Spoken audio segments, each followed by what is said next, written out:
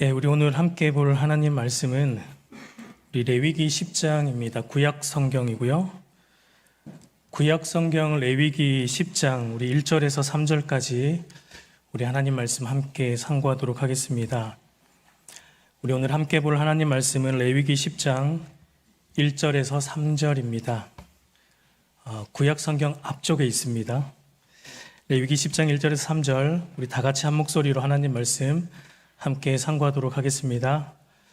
아론의 아들 나답과 아비후가 각기 향로를 가져다가 여호와께서 명령하시지 아니한 다른 불을 담아 여호와 앞에 분향하였더니 불이 여호와 앞에서 나와 그들을 삼키매 그들이 여호와 앞에서 죽은지라. 모세가 아론에게 이르되 이는 여호와의 말씀이라. 이르시기를 나는 나를 가까이 하는 자 중에서 내 거룩함을 나타내겠고 온 백성 앞에서 내 영광을 나타내리라 하셨느니라. 아론이 잠잠하니. 아멘. 이 시간 우리 청년부 나오셔서 특송 우리 하겠습니다.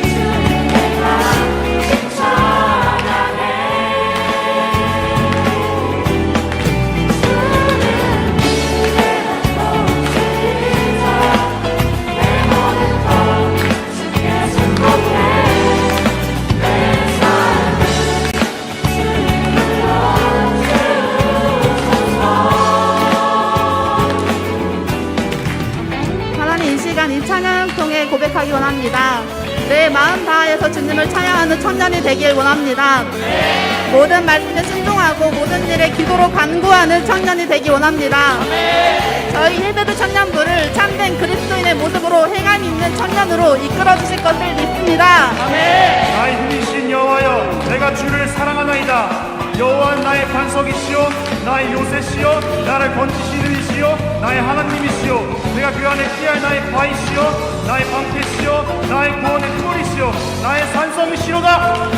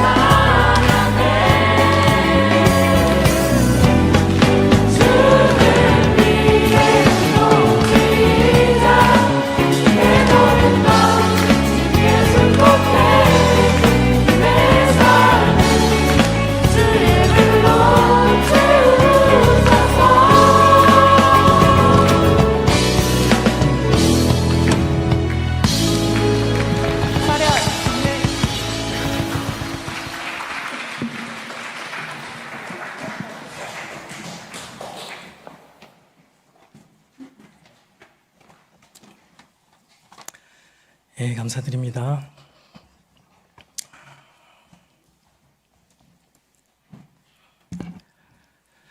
예, 오늘 우리가 읽은 이 레위기서인데요. 여러분, 이 레위기서는 애석하게도 대부분의 성도들에게 이 성경 66권 중에 가장 좀 읽기 까다롭고 또 재미없고 또 부담이 되는 성경으로 알려진 책입니다. 그러나 이 레위기서를 우리가 유심히 들여다보면은 이 안에는 우리를 향한 하나님의 이 절절한 마음이 가장 많이 들어있다라는 것을 우리가 발견하게 됩니다. 물론 모든 성경이 다 그렇습니다.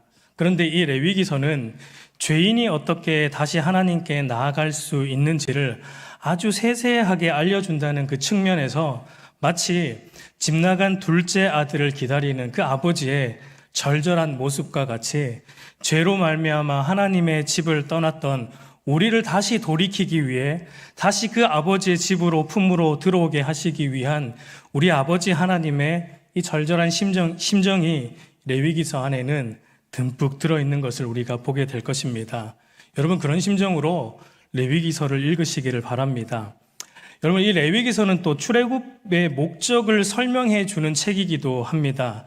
출애굽의 목적이 무엇입니까? 출애굽기 3장을 보면은 하나님께서 모세를 통해 출애굽의 사명을 부여하실 때 출애굽 목적을 이렇게 말씀해 주셨습니다. 출애굽기 3장 12절을 보면은 하나님이 이르시되 내가 반드시 너와 함께 있으리라. 내가 그 백성을 애굽에서 인도하여 낸 후에 너희가 이 산에서 하나님을 섬기리니 이것이 내가 너를 보낸 증거니라 라고 말합니다. 그러니까 애굽에서 인도하여 낸 후에 너희가 이 산에서 하나님을 섬기리니 라고 말하는데, 이 섬긴다라는 이 말이 이 원문 히브리어로 보면 아바드라는 말인데, 이게 무슨 뜻이냐면 예배하다라는 뜻이 있는 단어예요. 그래서 영어 성경을 보면은 이 you shall worship God 이렇게 표현을 하고 있어요. 그러니까 출애굽 목적이 뭐냐면 하나님을 예배하는 것, worship God 하는 것, 하나님을 예배하는 것이 출애굽의 목적입니다. 흔히 여러분, 이 출애굽 사건을 무슨 사건과 우리가 연결을 시킵니까? 정상입니까? 네, 출애굽 사건을 구원 사건과 연결을 시킵니다.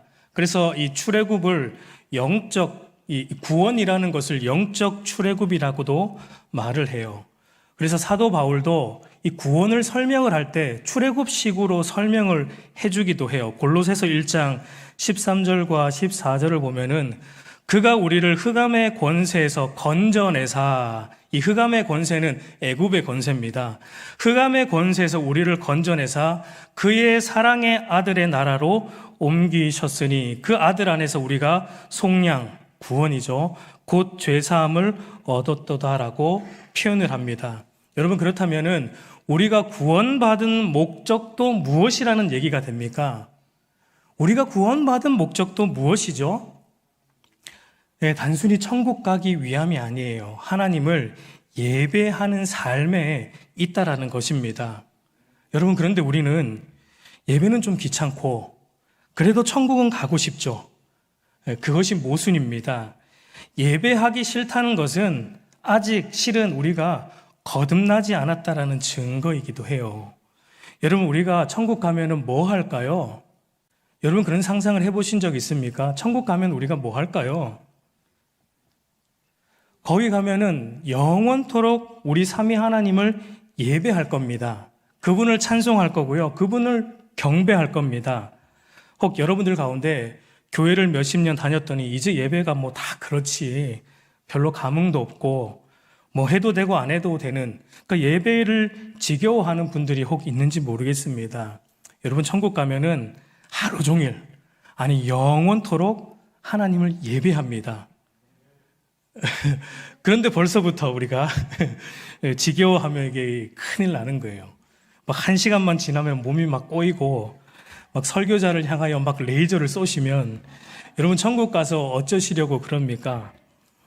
여러분, 우리가 구원받은 목적이 예배인데 이 땅에서 예배가, 그런데 왜 때로는 힘들고 또 우리의 몸이 막 이렇게 꼬입니까? 그건 여러분만 그런 게 아니에요. 저도 마찬가지입니다. 저도 제가 설교할 때가 아니라 이제 밑에서 설교 들을 때도 저도 똑같습니다. 왜냐하면 우리는 죄로 말미암아 전적으로 타락하여 하나님을 향하는 기능이 모두 손상되고 망가졌기 때문이에요. 그래서 죄로 인해 전적으로 타락한 우리의 몸으로 하나님을 사실은 예배하는 것이 쉽지가 않은 것입니다. 제가 그게 얼마나 쉽지 않은지 한번 비유로 말씀을 드릴게요. 여러분이 집에서 TV 볼 때랑 교회에서 예배할 때 여러분의 모습을 한번 비교해 보십시오. 아주 신기한 것을 발견할 수 있습니다. 집에서 소파에 앉아, 뭐 소파든 방바닥이든 집에서 앉아 TV 볼 때는 2-3시간 봐도 지겹지 않아요. 동의하십니까? 허리가 안 아픕니다. 그런데 이상하게 교회 와서 예배만 드리면 안 아프던 허리가 30분만 지나면 아파옵니다. TV 볼 때는 전혀 반응하지 않던 몸이 예배만 드리면 막 이게 막 저절로 막 꼬이기 시작하고 반응합니다. TV 볼 때는 우리의 온 마음과 뜻과 정성을 다하여서 보던 우리가 예배 드릴 때는 온데간데 없어요. 몽롱한 정신과 꼬이는 몸으로 예배 드리는 우리가 보이기 시작하죠. 이것이 바로 죄로 인해 우리의 모든 기능이 망가져서 하나님의 뜻, 하나님을 예배하는 삶과는 반대로 작동하기 때문이에요. 왜냐하면 여러분, 죄라는 것은 하나님으로부터 자꾸 떨어져 나가는 특성이 있기 때문이에요. 그렇기 때문에 하나님을 예배하는 시간만 되면 우리의 타락한 몸이 반응하는 겁니다. 어떻게 보면 정상이에요. 우리의 타락한 몸이 우리 머리에다가 이렇게 말합니다. 이 자리를 빨리 떠나야 된다. 이 자리를 떠나야 나 자유 얻었네, 너 자유 얻었네가 된다. 자꾸 이렇게 속삭입니다. 여러분, 정상적인 건 뭐냐면 우리가 예배하러 나올 때 우리 입술에서 진리가 너희를 자유케 하리니 하면서 교회 나와야 되는데 반대예요. 교회 안으로 올 때는 오늘 언제 끝나려나 하면서 들어왔다가 예배 끝나고 나갈 때 발걸음이 한결 가벼워요. 자유를 얻었습니다. 그래서 이 땅에서의 이 죄인들이 드리는 우리의 예배는 사실 완전한 예배는 존재하지 않아요. 없습니다. 그러나 이 땅에서의 예배가 완전한 예배가 없다고 제가 말하는 것이 예배를 등한시하거나 대충 드려도 된다는 말은 절대 아닙니다. 오해하시면 안 돼요. 아, 예배 시간에 왜 내 몸이 꼬이고 잠이 자꾸 오는 이유가 내가 타락했기 때문이구나. 당연한 거네? 이렇게 말하면 안 된다는 겁니다. 예배를 소홀히 하는 것에 합리화해서는 절대 안 돼요. 오히려 그 반대입니다. 우리는 죄인이기 때문에 예배 때마다 더 신경을 써야 한다는 얘기입니다. 우리는 전적으로 타락한 죄인이기 때문에 예배 때마다 더 바른 예배를 드리려고 더 깨어있고 더 신경을 쓰고, 안 되면 무릎을 꼬집어서라도 깨서 더 신경을 써서 예배 드려야 한다는 것을 강조하는 거예요. 여러분, 구원받았다라는 것은 그런 죄의 속삭임으로부터 거절할 힘이 우리 안에 생긴 것을 말합니다.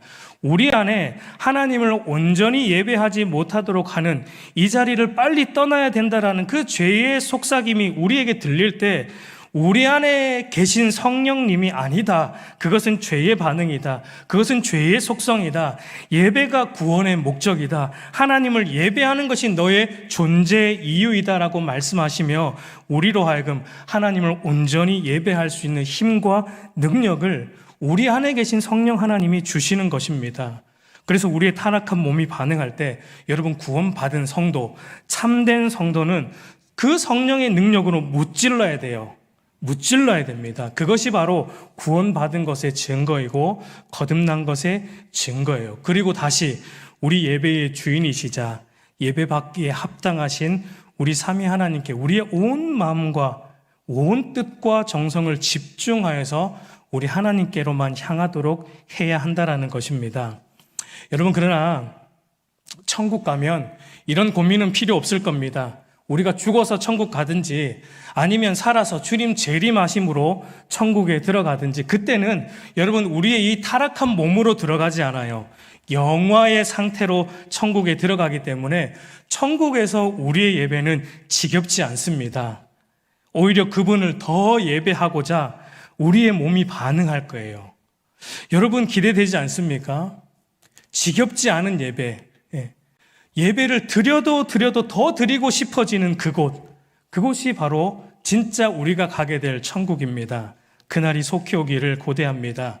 여러분, 어쨌든 구원의 목적은 예배 받기에 합당하신 우리 하나님을 예배하는 것에 있습니다. 그래서 레위기서는 감히 나아갈 수 없는 거룩하신 하나님께 나아간다. 나아가는 게 예배 드리는 거예요.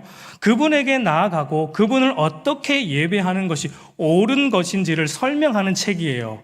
1장에서 7장까지는 제사 제도를 통해서 죄를 지은 인간이 어떻게 거룩하신 하나님께 나아갈 수 있는지에 대한 제사 매뉴얼, 예배 매뉴얼을 주고 있습니다. 그리고 8장에서는 그 제사를 집례하는, 인도할 제사장을 세웠습니다. 그리고 그 제사장이 아론과 그의 아들들이죠. 그리고 9장 가면은 첫 번째 제사가 나와요. 대제사장 아론을 필두로 드려지는, 앞으로 드려질 모든 예배의 샘플입니다. 9장의 제사, 첫 번째 제사가 드려집니다. 하나님께서 영광의 불로 응답하셨습니다. 그리고 그 다음에 이어나오는 스토리가 바로 오늘 우리가 읽은 본문입니다. 우리 1절과 2절을 한번 다시 보면은, 아론의 아들 나답과 아비후가 각기 향료를 가져다가 여호와께서 명령하시지 아니한 다른 불을 담아 여호와 앞에 분향하였더니 불이 여호와 앞에서 나와 그들을 삼킴에 그들이 여호와 앞에서 죽은지라 라고 말합니다. 9장과 상반된 내용이에요. 9장 마지막 부분을 보면 이렇게 말하죠. 9장을 이 23절, 24절을 보면 모세와 아론이 회막에 들어갔다가 나와서 백성에게 축복하며 여호와의 영광이 온 백성에게 나타나며 불이 여호와 앞에서 나와 제단 위에 번제물과 기름을 사른지라 온 백성이 이를 보고 소리 지르며 엎드렸더라라고 말합니다. 그러니까 앞으로 드려질 모든 제사의 샘플인 이 9장의 첫 제사는 하나님이 기뻐 받으셨어요. 영광의 불로 응답하셨습니다. 그 예배로 인해서, 그 제사로 인해서 온 이스라엘 회중에게 축복이 선포되었습니다. 그런데 똑같은 제사, 똑같은 예배를 드렸는데 오늘 본문은 영광의 불로 응답하신 것이 아니라 진노의 불로 임하셨고 제사장이었던 나답과 아비후가 죽는 일이 일어난 것입니다. 여러분, 어떤 학자는 이 9장의 제사와 10장의 제사가 같은 날에 드려진 제사라고도 말하는 사람도 있어요. 뭐 같은 날 드려지지 않았어도 어쨌든 시간적 갭은 굉장히 적다라고 생각이 돼요. 하루 이틀 사이에 드려졌던 제사입니다. 그리고 본문에서 이 제사를 집례했던 사람들이 누구입니까? 나답과 아비후입니다. 이들이 누구이죠? 대제사장 아론의 네 아들 가운데 첫 두 아들입니다. 출애굽기 24장을 가보면 이 나답과 아비후는 모세와 아론과 이스라엘 장로 70명과 함께 시내산 중턱까지 올라가서 하나님을 경배했던, 하나님의 그 영광을 목도했던 그 이스라엘의 지도자 그룹에 속한 자들입니다. 한마디로 하나님께서 존귀케 한 자들이고 하나님께서 모든 이스라엘 목전에서 높여주신 자들이에요. 그리고 레위기 8장에서 이들이 바로 제사장으로 임명을 받는 겁니다. 여러분, 이들은 제사법을 모르는 이방인이 아니에요. 거짓 선지자들이 아닙니다. 이들은 하나님으로부터 공식적으로 임명받은 공인된 제사장들입니다. 하나님의 성막에서 제사를 집례하는 임무를 하나님으로부터 부여받은 정식 제사장들입니다. 그런데 이들의 예배에 대해 하나님께서 진노의 불로 반응하셨고 진노의 불로 이들을 죽이신 것입니다. 하나님께서 이스라엘 백성들을 예배하도록 부르셨는데, 그리고 예배를 위한 장소인 성막도 만들어 주셨고 예배 매뉴얼도 주셨고 예배케 하셨는데 9장에서 영광의 불로 임하셨는데 왜 하필 이 10장에서는 진노의 불로 임하신 것입니까?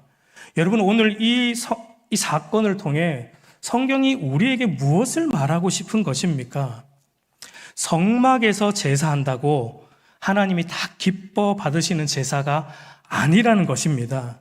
제사장이 드린 제사라고 하나님이 기뻐 받으시는 제사가 아니라는 것입니다. 오늘 우리에게 적용하면 교회 안에서 드리는 예배라 할지라도 다 9장처럼 하나님이 영광의 불로 응답하시는 예배가 아닐 수 있다라는 것입니다.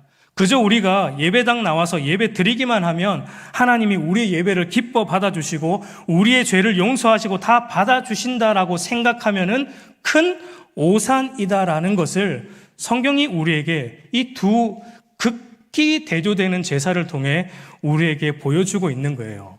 어떤 예배는 하나님이 영광의 불로 응답하시는 반면에 어떤 예배는 하나님이 진노의 불로 임하신다라는 것을 알아야 된다라는 겁니다. 여러분, 한마디로 하나님을 예배하는 것을 가볍게 생각하지 말라는 것입니다. 제사를 가볍게 드린 나답과 아비후에 대해 하나님은 용서하지 않으셨어요. 진노의 불로 임하셨다라는 것을 기억하라라는 것입니다. 우리 사랑하는 성도 여러분, 오늘 우리의 예배는 어떻습니까? 영광의 불로 임하는 예배를 드리고 있다라고 생각하십니까? 아니면 진노의 불이 임하는 예배를 드리고 있다라고 생각하십니까? 물론 다 전자의 예배를 드리고 있다고 여러분 믿고 싶겠죠. 그러나 그것은 우리가 결정하는 것이 아닙니다. 예배의 기준이 되시는 하나님께 달려있는 거예요. 오늘 말씀을 통해 우리의 예배가 영광의 불로 임하는 예배인지 아니면 진노의 불이 임하는 예배인지를 돌아보는 시간이 되기를 소망합니다. 그리고 다시 우리 예배를 세우는 시간이 되기를 간절히 소망합니다. 여러분, 계속되는 질문은 이것입니다. 도대체 하나님께서 왜 제사장인 나답과 아비후의 예배를 영광의 불로 받지 않으시고 진노의 불로 응답하셨는가입니다. 본문은 그 이유를 이렇게 말하죠. 다른 불을 담아 여호와 앞에 분향하였기 때문이다라고 말합니다. 이 사건은 성소 안에 있는, 그러니까 성소를 들어가면 향단이 있어요. 그러니까 성소 안에 있는 향단에 불을 지피기 위해 불을 준비하는 과정에서 일어났습니다. 향단의 향을 사르기 위해 써야 되는 불은 하나님이 미리 말씀해 주셨어요. 반드시 번제단에 있는 불로만 해야 된다라고 말씀하셨습니다.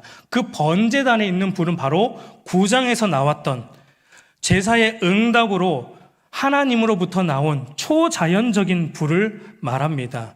그러나 나답과 아비후는 하나님으로부터 나온 그 초자연적인 불이 아니라 다른 불을 분향함으로 죽임을 당했습니다.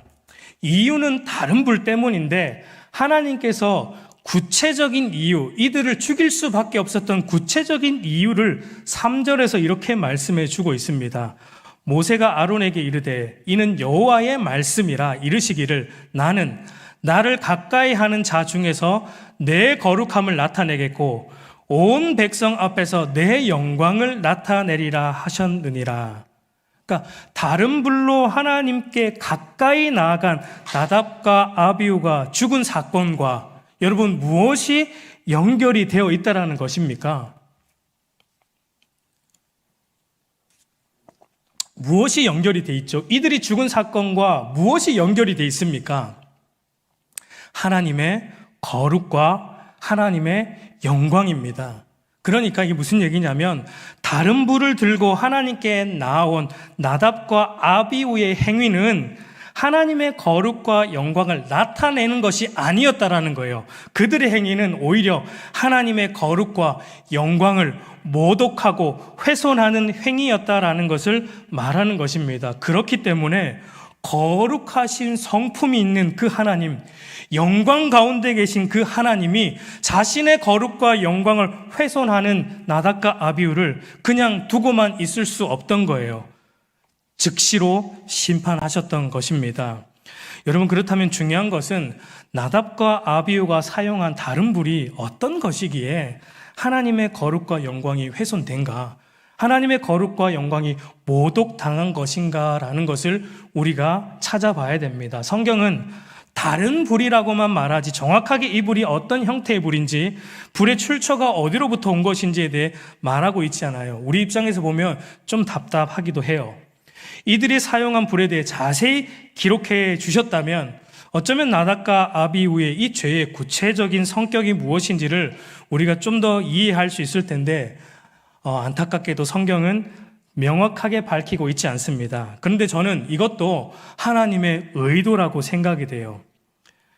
이 사건을 이해하는 핵심적인 키는 뭐냐면 이들이 가지고 온 불을 어디서 가져왔는지가 중요한 게 아닙니다. 오늘 본문을 이해하는 핵심적인 키는 바로 여호와께서 명령하지 아니한이라는 표현입니다.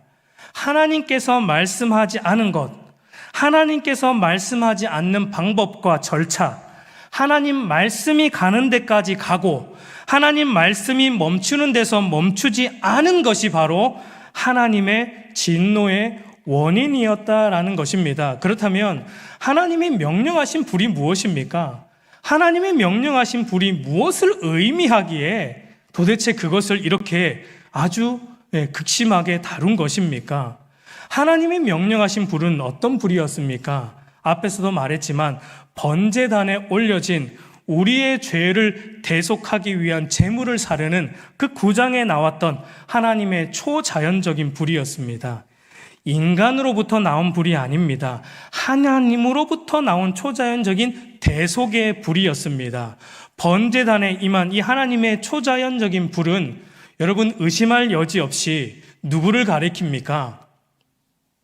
하늘로부터 오신 분, 인간으로부터 오신 분이 아니라 하늘로부터 온 초자연적인 이 불은 하늘로부터 오신 우리의 대속자, 하늘로부터 오신 우리의 죄를 대신하여 죽으실 예수 그리스도의 십자가 대속의 죽음을 이 번제단의 불이 의미하는 것입니다.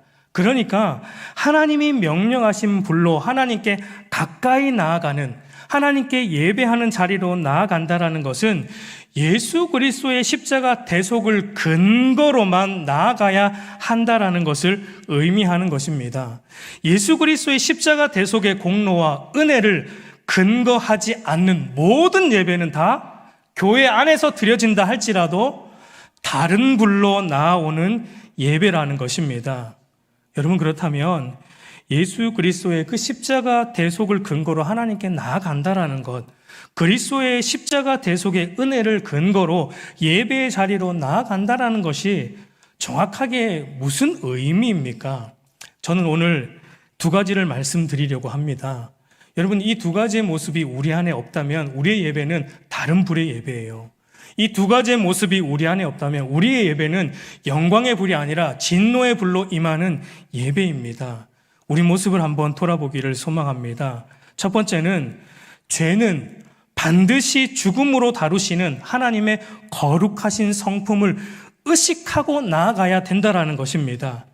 우리가 예배의 자리로 나아갈 때 가장 먼저 생각해야 하는 것은 우리가 예배하는 하나님은 죄를 심판하시는 거룩하신 분이시기에 그러하기에 나는 그분 앞에서 죽어 마땅한 죄인이다라는 뚜렷한 이 죄인됨에 대한 인식을 가지고 나아가야 된다라는 것입니다. 여러분 성경을 보면은 하나님의 거룩하심을 바르게 인식하고 하나님의 거룩하심 앞에 섰던 모든 믿음의 사람들은 하나같이 무엇을 보았냐면 자신의 부정과 죄를 보았고 자신의 죄인됨을 고백했던 것을 우리는 보게 돼요.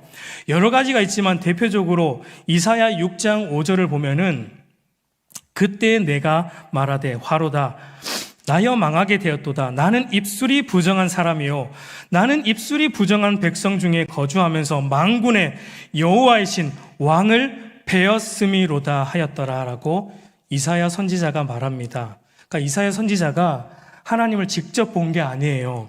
환상 중에 하나님을 보았습니다. 그런데 환상으로 보았음에도 불구하고 그 하나님의 거룩하심 앞에 서니까 자신의 존재가 얼마나 부정한 존재인지를 그것을 보고 깨닫고 이렇게 고백하고 있는 겁니다. 그러니까 거룩하신 하나님 앞에 나아간다라는 것을 달리 말하면 내가 거룩하신 그분 앞에 설 수 없는 더럽고 추악한 부정한 죄인이다라는 사실을 알고 나온다라는 것입니다. 거룩하신 하나님을 가까이 하면 감추어졌던 우리의 추악한 죄의 실체들이 드러나는 것입니다. 빛이 비추어지면 보이지 않던 것들이 드러나듯이 빛이신 거룩하신 하나님 앞에 설 때 우리 안에 있는 죄악들이 낱낱이 드러나게 되어 있다는 거예요. 이것이 없이 예배의 자리로 나오는 것은 다른 불을 들고 나오는 것임을 오늘 본문은 우리에게 말하고 있는 겁니다. 여러분 나답과 아비후가 들고 간 이 다른 불의 성격은 바로 거룩하신 하나님의 성품과 자신의 죄인됨을 바르게 인식하지 않고 그저 가벼운 마음으로 하나님께 나아간 것입니다.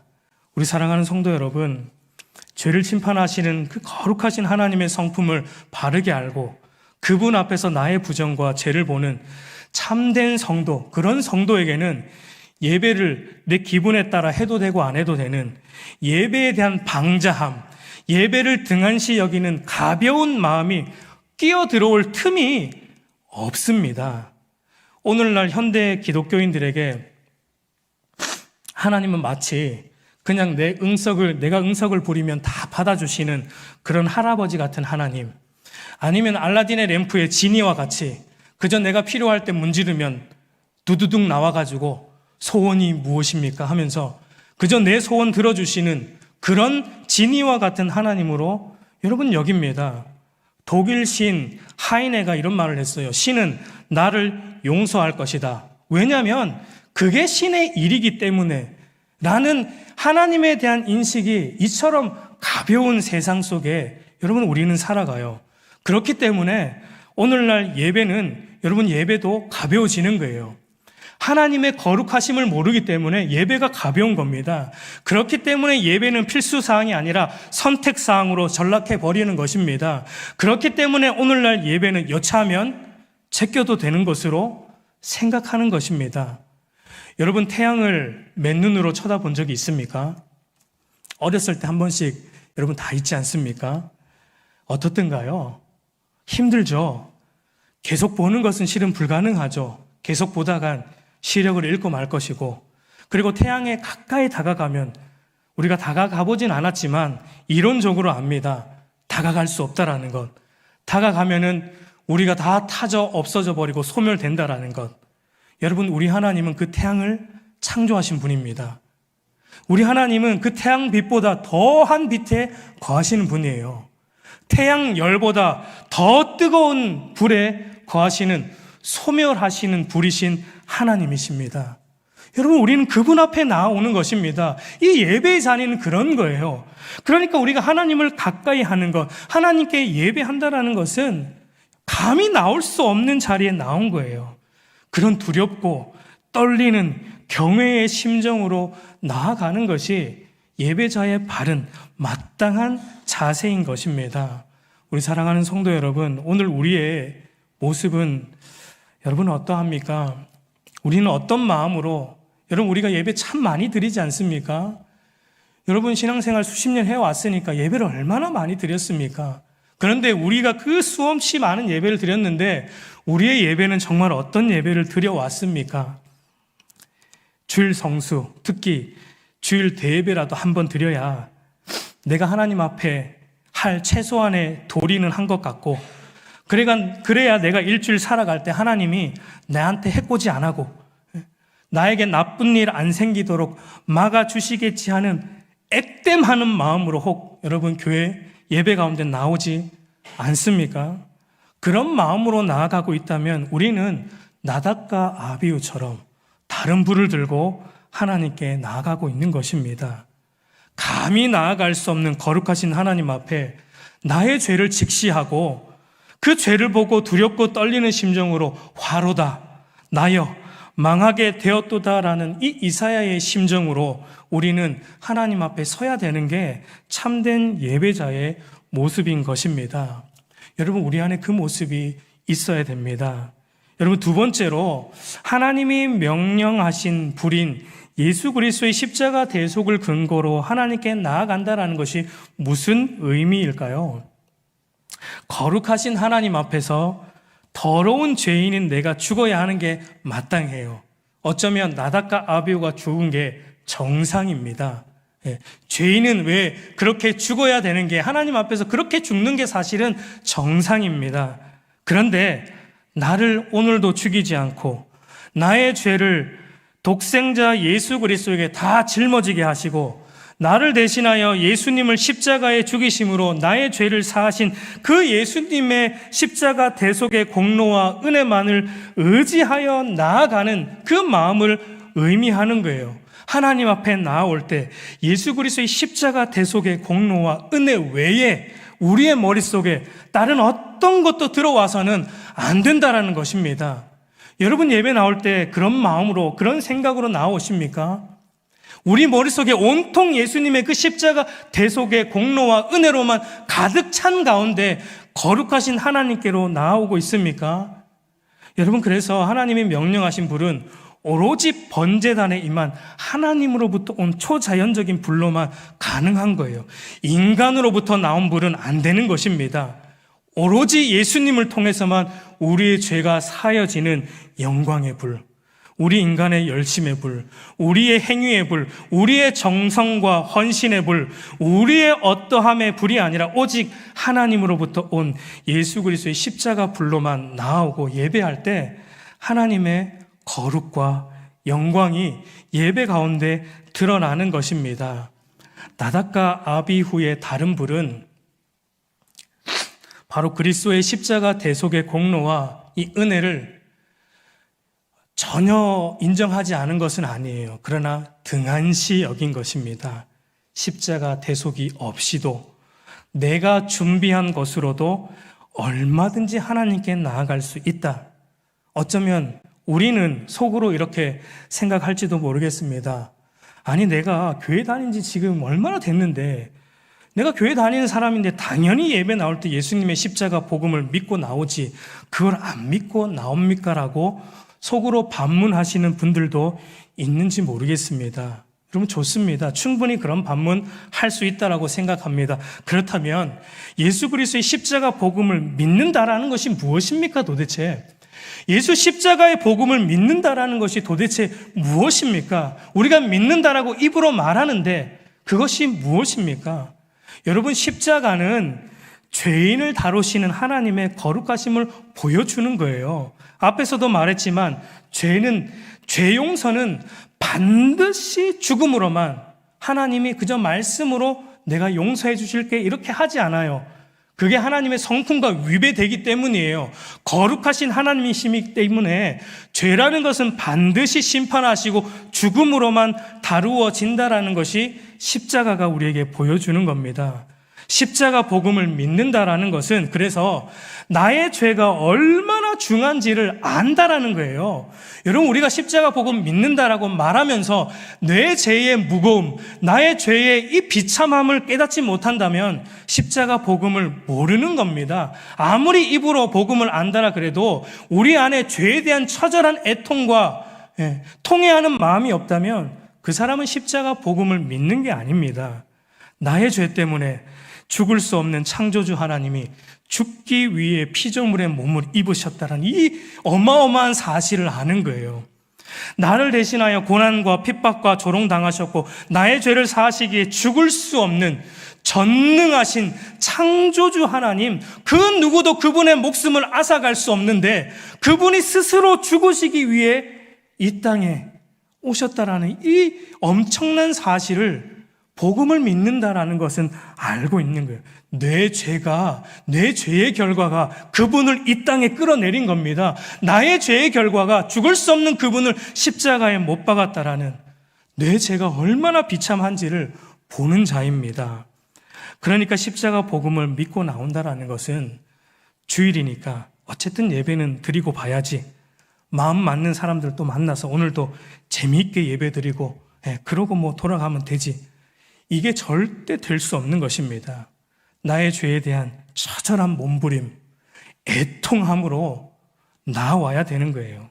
참으로 예수 그리스도의 십자가 복음을 믿는 사람은 거룩하신 하나님께 나오는 그 발걸음이 나의 죄로 인해서 가슴을 치며 주여 나를 떠나소서 나는 죄인입니다라고 외쳤던 그 베드로의 심정, 감히 눈을 들어 하늘을 우러러보지 못하고 다만 가슴을 치며 하나님이여 나를 불쌍히 여기옵소서 나는 죄인입니다라고 외쳤던 그 세리의 심정으로 나오는 것이 십자가 복음을 믿는 사람이에요.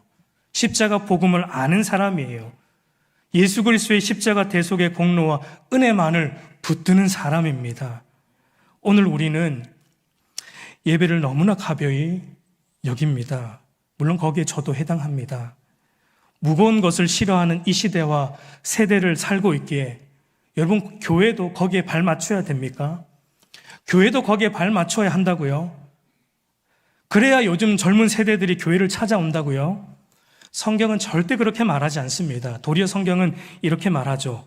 로마서 12장 2절을 보면은 너희는 이 세대를 본받지 말고 오직 마음을 새롭게 함으로 변화를 받아 하나님의 선하시고 기뻐하시고 온전한 뜻이 무엇인지 분별하도록 하라.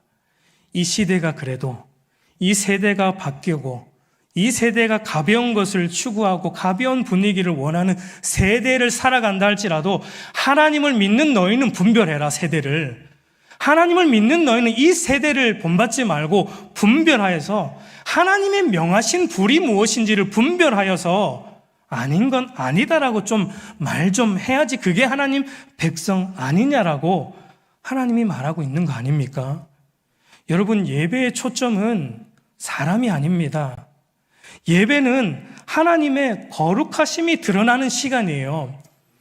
오늘 이 레위기 10장 3절에서 하나님께 가까이 나아가는 자를 통해 하나님의 거룩과 영광을 드러내신다라고 그랬어요. 가까이 나아간다라는 건 예배 드리는 거예요. 그 예배는 오늘 레위기 10장 3절로 예배를 정의하면은 예배는 하나님의 거룩과 영광을 하나님께서 우리에게 보여주시는 시간이에요. 그리고 우리는 그분의 거룩과 영광을 목도하고 이스라엘 백성이 한 것처럼 그분 앞에 엎드려 그분의 영광 앞에 엎드려 그분을 송축하는 것입니다. 그게 예배예요. 사람의 초점이 아니에요. 예배는 사람을 즐겁게 해주는 이벤트의 시간이 아닙니다. 예배는 철저히 삼위 하나님만이 드러나고 삼위 하나님만이 자랑되고 삼위 하나님의 거룩과 영광이 드러나는 시간입니다.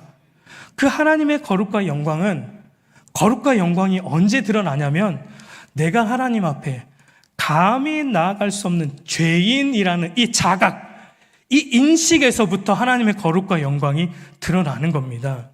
그리고 나의 죄를 대속하기 위해 죽으신 예수 그리스도의 십자가 앞에 엎드려 그분의 십자가만을 의지하여 감히 나아갈 수 없는 하나님 앞에 오늘도 내가 나아갑니다라고 고백하며 십자가만 붙들고 나아올 때 하나님의 영광과 거룩이 예배 가운데 충만하게 드러나는 것입니다. 우리 사랑하는 성도 여러분, 예배의 시간에 거룩하신 하나님 앞에서 나의 부정함과 죄를 보고 내가 하나님의 진노의 불에 타 죽어야 할 자임을 여러분 보고 있습니까? 아예 하나님 나는 그 정도는 아니죠. 나는 그 정도는 아니죠. 여러분 그 정도 맞아요. 우리가 두렵고 떨리는 심정으로 나아가야 되는 겁니다. 그런데 죽어야 할 자인 난데 분명히 내가 죽어야 하는데 내가 죽지 않고 예배 가운데 왜 오늘도 나의 예배 가운데 하나님이 영광의 불로 임하시는지, 이것은 내가 받아야 될 진노의 불을 우리 예수 그리스도가 대신 받으심으로 진노의 불을 변하여 영광의 불로 변하게 하신 우리 구주의 대속의 공로와 은혜, 그것이구나. 그분을 보면서 또 예배 가운데 여러분 나오고 있습니까? 오늘도 예수 그리스도의 십자가 대속의 공로와 은혜로만 내가 사는구나. 예수 그리스도만이 내 인생의 목적이구나. 내가 공부하는 이유도 예수 그리스도구나. 내가 직장에서 일하는 이유도 예수 그리스도 때문이구나. 내가 가정에서 설거지하는 이유도 예수 그리스도 때문이구나. 내가 어디에서 무엇을 하든지 예수 그리스도 때문에 사는 것이구나라는 것을 여러분 예배 가운데 고백하며 나아가고 있습니까? 여러분 어쩌면 나답과 아비후가 번제단의 불을 사용하지 않은 그 이유가 이런 이유도 있었을 것이다라고 조금 생각을 해 봅니다. 어떤 이유냐면 나답과 아비후가 다른 불을 사용한 이유는 여러분 번제단의 불을 보면 좀 지저분해 보일 거예요. 왜냐하면 그 번제단의 불은 동물을 타 없애는 불이에요. 동물의 죄가 남아 있습니다. 시커멓게 타고 그름이 나는 불이에요. 그름이 막 나는 불입니다. 어쩌면 나답과 아비후는 자기들이 볼 때 그래도 하나님 앞에 나아가는데 거룩하신 하나님께 나아가는데 이런 끄름이 있는 불보다는 그래도 조금 깨끗한 불, 내가 한번 만들어 보지, 좀 더 깨끗한 불로 나아가야지 하고 번제단의 불, 그 더러운 불이 아니라 깨끗한 불을 그들의 마음과 그들의 정성을 담아서 다른 불을 하나님께 분향했을지도 모르겠습니다. 그 불은 성소에 들어가는 불이니까 정성과 마음을 담아서 그렇게 했는지도 모르겠어요. 그런데 하나님이 명하신 불은 그 정성이 아니에요. 그 깨끗한 불이 아니에요. 그 번제단에 있는 지저분한 불입니다. 왜입니까? 그 지저분함이 무엇을 보여주기 때문이에요. 동물이 검은 끓음과 함께 타오르는 그 불은 바로 죄로 망가진 우리의 영적 실상을 보여주는 불이기 때문입니다. 그 동물의 죄로 더럽혀진 그 불을 보며 그 죄로 말미암아 타락할 때도 타락하고 망가질 때로 망가진 전적으로 타락한 너희의 실상을 그 불 속에서 보라는 것입니다. 그 불로 분향할 때마다 우리가 어떤 존재인지를 알라라는 것입니다. 본질상 진노의 자녀인 거, 우리의 자력으로는 절대 구원에 이를 수 없는 그런 타락한 존재이다라는 것을 그 불 속에서 보라는 것입니다. 그리고 동시에 그 불 속에서 우리는 또 무엇을 봅니까?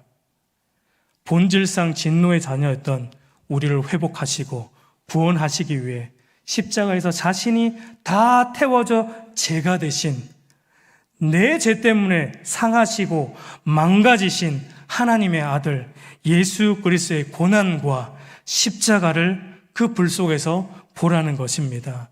그거 보고 그 불 들고 나올 때마다 그 두 가지 생각하면서 두렵고 떨리는 심정으로, 그러나 예수 그리스도 때문에 또 하나님 앞에 담대히 나오라는 그 불이 바로 하나님이 명하신 불이에요. 그러나 나답과 아비후는 자기의 정성의 불, 자기가 보기에 깨끗한 불을 들고 나간 거예요. 우리 사랑하는 성도 여러분, 거룩하신 하나님께 나아갈 때 중요한 것은 우리가 보기에 좋은 것, 우리의 노력과 정성이 담긴 불 아닙니다. 하나님이 명하신 불이어야만 됩니다. 예수 그리스도의 십자가의 그 대속의 공로와 은혜의 불로만 나아가야 되는 거예요. 여러분 성경에 그런 사례들이 얼마나 많은지 몰라요. 대표적으로 하나만 언급하겠습니다. 제가 설교 준비할 때 3가지를 찾았는데 하나만 언급하겠습니다. 웃사 사건인데요. 사무엘하 6장을 보면은 다윗이 아비나답의 집에 오래도록 방치됐던, 우리가 잘 아는 내용이죠. 하나님의 언약궤, 법궤를 다시 예루살렘으로 옮기려고 대대적인 행사를 했어요. 찬양단을 세우고 난리도 아닌 그 난리를 부리며 행사를 했습니다. 그래서 수레도 새로 만들고 거기에다 언약궤를 싣고 소로 끌게 하고 아비나답의 아들 웃사와 아요가 소를 몰게 하므로 그 하나님의 언약궤를 예루살렘으로 옮겨오려고 다윗이 들떠 있었습니다. 그렇게 옮겨오는 가운데 어떤 일이 벌어졌냐면 그 소가 날뛰는 바람에 언약궤가 떨어질 뻔할 때 그 소를 몰던 웃사가 언약궤가 땅에 떨어지지 않게 손으로 붙잡았죠. 그런데 결과는 어땠습니까? 하나님이 치셨어요. 그 자리에서 치시고 웃사가 즉사했습니다. 여러분 이거를 볼 때 여러분 우리의 마음이 어떻습니까? 솔직히 우리가 이런 거 읽으면 하나님이 뭐 이렇게까지 하실 필요 있나 하나님? 참 하나님 참 너무하네 뭐 이런 생각이 솔직히 들지 않습니까? 예? 저만 그렇습니까? 호응을 안 해주시니까 저만 나쁜 사람인 것 같아요. 여러분 다윗도 그런 생각을 했어요. 아니 내가 하나님의 언약궤를 예루살렘으로 지금 다른 데도 아니고 예루살렘으로 가지고 오려고 하는데 왜 하나님이 지금 초를 치시는가? 왜 하나님이 내가 지금 그 하나님의 언약궤를 이방 땅에 있는 그 하나님의 언약궤를 예루살렘으로 가지고 오려는데 왜 하나님이 지금 초를 치고 계십니까? 다윗이 못마땅해 했어요. 그래서 다윗이 언약궤를 가지고 오는 일을 잠시 멈췄어요. 안 가지고 와야겠다. 그러나 후에 다윗이 깨닫죠. 그 기록이 역대상 15장 13절에 있어요. 다윗이 깨닫게 돼요. 뭘 깨닫냐면 하나님의 뜻을 어긴 자신을 깨닫게 돼요. 자신의 마음과 정성이 하나님이 명하신 절차와 방법보다 더 소중히 여겼던 자신의 죄를 다윗이 깨닫고 회개해요. 언약궤는 하나님의 임재 자체를 상징하는 것이고 언약궤는 아무나 옮길 수 없어요. 그리고 옮기는 방법이 있습니다. 제사장 외에는 볼 수도 없어요. 제사장이 덮개를 덮으면 레위 지파 중에 고앗 자손이 그것을 들것으로 메고 운반하는 방식으로 되어지게 있습니다. 민수기 4장에 그렇게 말을 해요. 그런데 다윗은 그 모든 하나님의 절차와 방법을 무시했어요. 그저 자신이 원하기 때문에 언약궤를 가지고 오려 한 자신의 마음을 앞세웠던 거예요.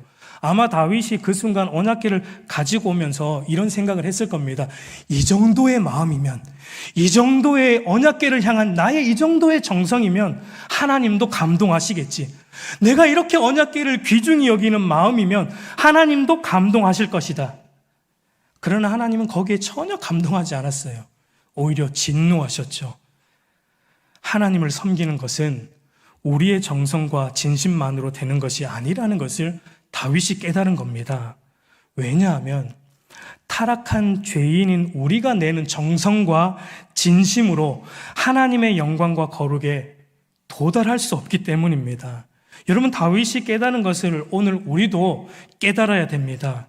우리가 어떤 정성을 낸다 한들 하나님의 거룩과 영광에 조금도 보탬이 안 됩니다. 그 영광에 미치지 못하는 사실을 깨달아야 돼요. 여러분 착각하시면 안 돼요. 우리의 정성, 우리의 열심은 하나님의 거룩과 영광에 여러분 조금도 미치지 못해요. 그래서 죄인이 내는 정성과 마음으로는 하나님의 거룩과 영광에 도달할 수 없기 때문에 거룩한 하나님께서 자신이 정하신 규정, 정하신 규례, 정하신 절차, 정하신 방법을 우리에게 레위기서에 세세하게 일러준 겁니다. 왜요? 그렇게 해야지 우리가 하나님, 거룩하신 하나님 앞에 나아갈 때 죽지 않으니까. 그렇게 해야지 우리가 사니까. 그러니까 여러분 레위기서는 제가 서두에 말했지만 여러분 지루한 책이 아니죠.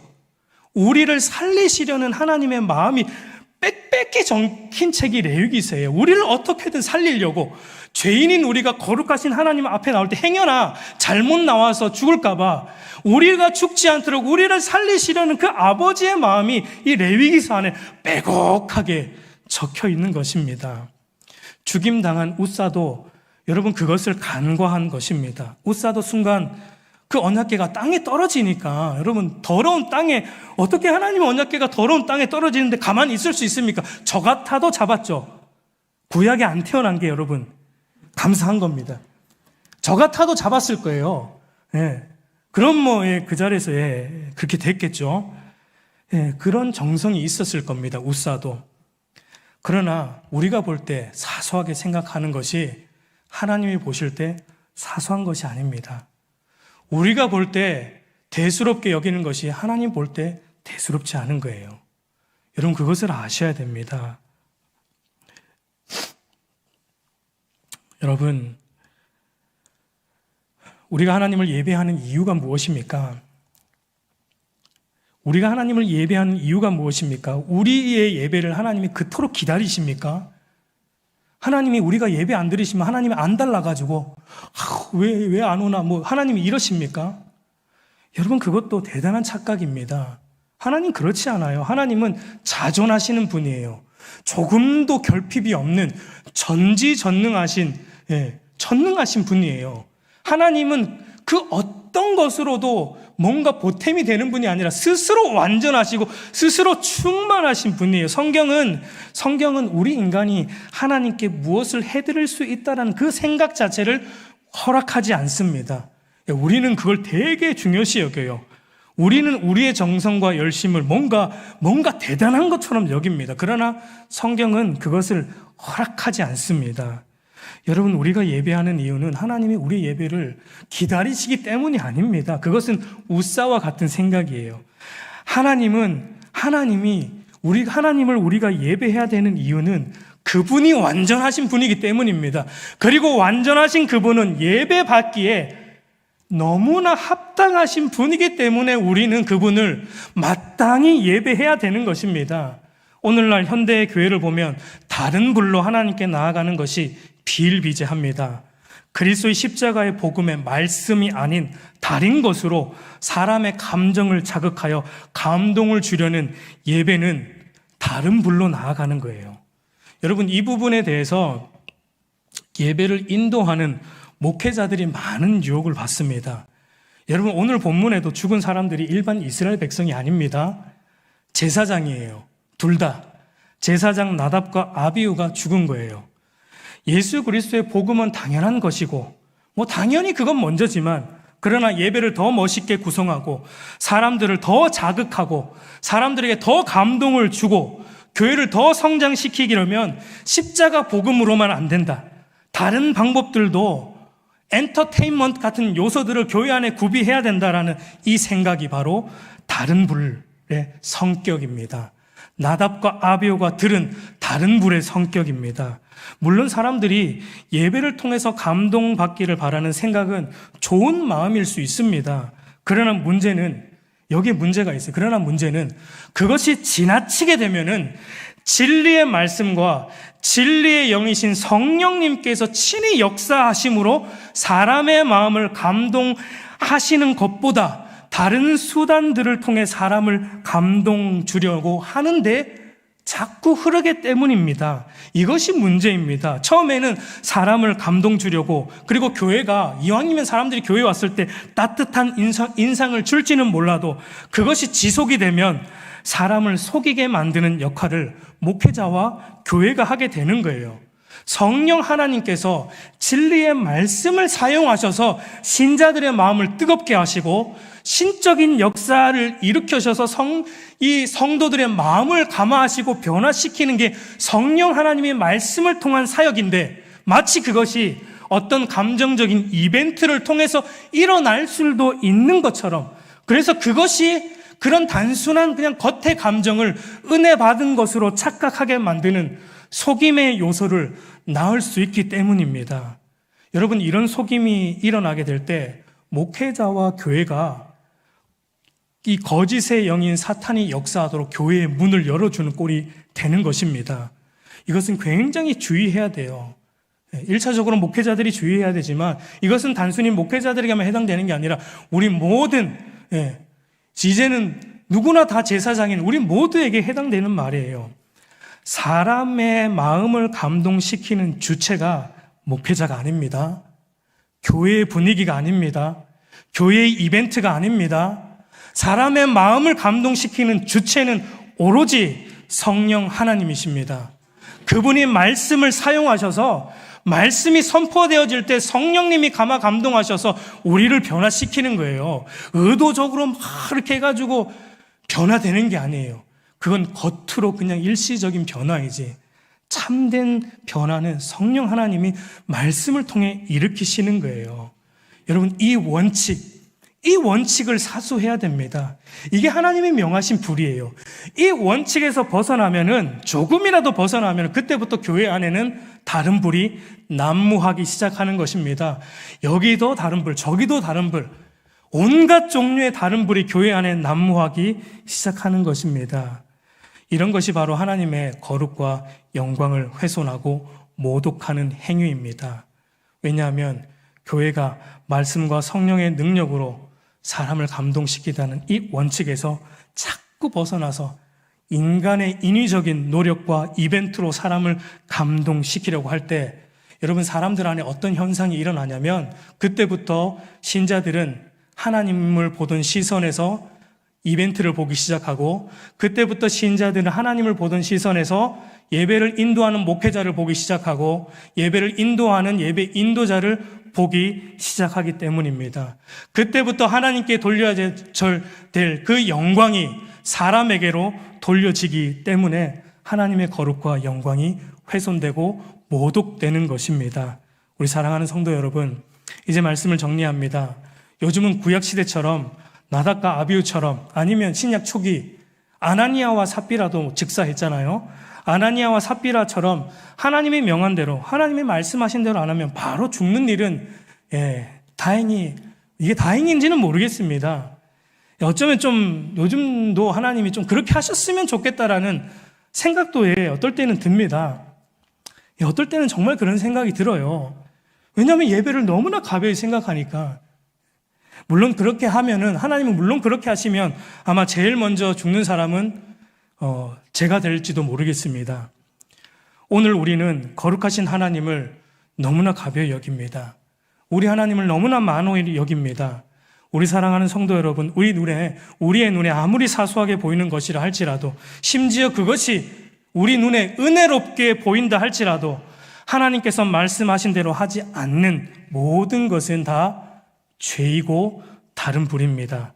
하나님께서 말씀하신 대로 예배하지 않고, 하나님께서 말씀하신 대로 기도하지 않고, 하나님께서 말씀하신 대로 신앙생활 하지 않는다면 그것은 다 다른 불로 예배하고 다른 불로 살아가고 있는 것을 우리는 늘 기억해야 됩니다. 그래서 나답과 아비후가 죽은 후에 하나님께서 내 거룩과 내 영광을 나타내기 위해 나답과 아비후를 죽일 수밖에 없었다라는 이 하나님의 말씀을 들은 이 두 죽은 아들의 아버지 아론이 여러분 어떻게 반응을 합니까? 3절 끝부분을 보면은 아버지 아론의 반응이 이렇습니다.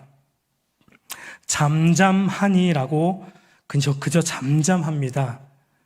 여러분, 무슨 말이죠? 하나님의 말씀이 맞다라는 얘기입니다.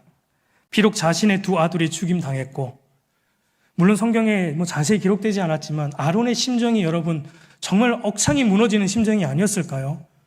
자신의 첫 두 아들입니다. 그리고 제사장으로 임명받은 아들이에요. 그 두 아들이 죽었습니다. 얼마나 가슴이 무너지겠습니까? 그러나 하나님이 옳다라고 인정하는 것입니다. 하나님이 이렇게 하신 것이 맞다라는 거예요. 우리 사랑하는 성도 여러분, 우리의 생각과 우리의 판단이 아니라 하나님의 말씀이 전적으로 옳습니다. 우리의 이성과 판단을 앞세워서 다른 불로 하나님께 나아가서는 여러분 절대 안 됩니다. 하나님이 명하신 불로, 하나님의 거룩하심 앞에 두렵고 떨리는 심정으로 우리의 부정과 우리의 죄를 매 순간 직시하고 그 죄에 대하여 통회하는 마음으로, 여러분 일주일간 우리가 얼마나 죄 가운데 노출되어 살아왔습니까? 그런데 예배 나올 때 보면은 죄에 대한 애통함이 물론 속으로 있는지는 모르겠습니다. 그러나 죄에 대한 애통함으로 나오는 성도들을 찾아보기 힘들어요. 죄에 대한 애통한 마음, 통회하는 심정으로, 상한 마음으로, 그래서 또 예수 그리스도의 그 대속의, 십자가 대속의 은혜와 공로 앞에 엎드려 그분만이 나의 소망이고, 이분만이 나의 생명이고, 이분만이 나를 다시는 살리시는 나의 구원자이심을 고백함으로 나아가는 저와 여러분들이 되기를 우리 구주 예수님의 이름으로 축복합니다.